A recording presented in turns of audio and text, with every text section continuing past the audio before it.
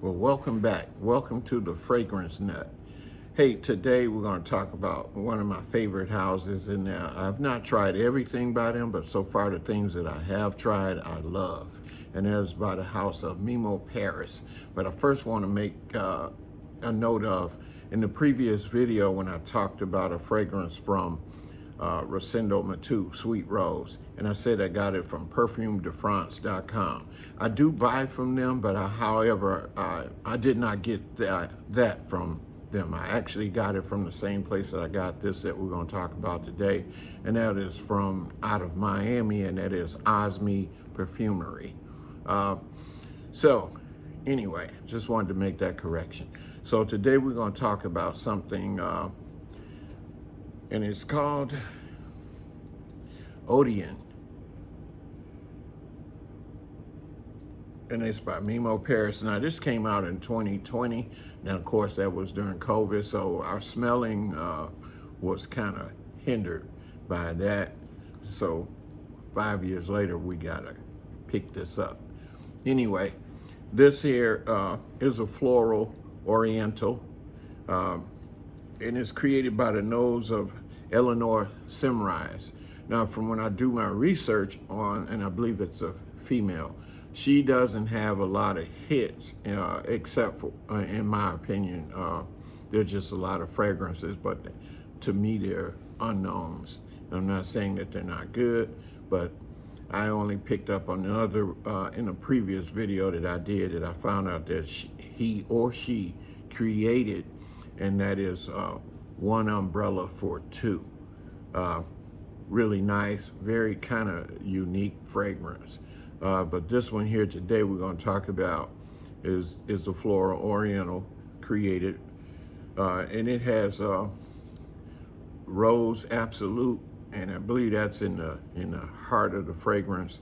But in the top of the fragrance there's Candied Rose, and it can be a little sweet but not overly so. And then in the base, and I'm gonna just jump around on this one, so this is not gonna be straight through like what's all in the top, what's all in the mid, what's in the base. So in the oriental part, you're gonna get some amber in the base, and you're gonna get some musk in the base. It could be spicy. You got some patchouli. It's not real earthy patchouli. There's some casmaran in there, and those are both actually in the heart of the fragrance. And then also in the heart there's some sandalwood, and then but the tonka bean, which sweetens it up in the dry down, that's in the base. And to me, in my opinion, it's okay fragrance. I'm a huge rose fan, so this wouldn't be a bad fragrance to have, but it's not groundbreaking or earth-shattering. You would also, in my opinion, feel like it's been done before. And of course, a lot of fragrances will feel like it's been done before because it's only so many places you can grab your raw materials from that anybody else didn't have access to. So, not as my favorite in the Memo Paris, and I've not tried them all, but African Rose and Irish Leather. I do intend to try African leather and Russian leather. I'm not a huge leather fan. My wife do happen to like some leather fragrances I put on. She might say, hey, that smells really nice. But I'm more of a floral guy. Not so much citrus and even woody. But of course, those will be, if the perfumer decides to put them in there, they're gonna be in there. I just hope that when they do, it's not dominant.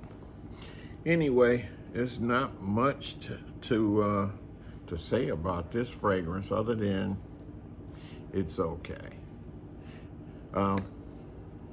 Just a short video on this one. I do have some guerlains that we're going to talk about. When I talk about some fragrances, I may talk about it from the world of the entertainment, because I was born in that. And so I was a former musician as well as a sound engineer. And also I dabble a little bit with the film world as a cameraman. Uh, so sometimes I want to talk about it as hey, this is a lead singer, or this is the supporting actor in this fragrance. Sometimes I like to talk about that. And then, I may even put in some of my favorite actors that if I find out that they were a fan of fragrances. Case in point, Guerlain. In the early 90s, I started becoming a fan of Guerlain, and I found out that Nicolas Cage was also a fan as it relates to, I believe it was a vetiver fragrance. And I'm like, oh wow, if he likes it, this can't be bad, because I'm a huge fan of Nicolas Cage. So I'm still with Guerlain. I don't know if he is, but he probably is. So anyway, that's all I have to say for this particular fragrance. It's okay. It's not groundbreaking. It's not earth-shattering. It's just a nice rose fragrance. It doesn't push out far from the skin. It kind of lay close to you. That's it.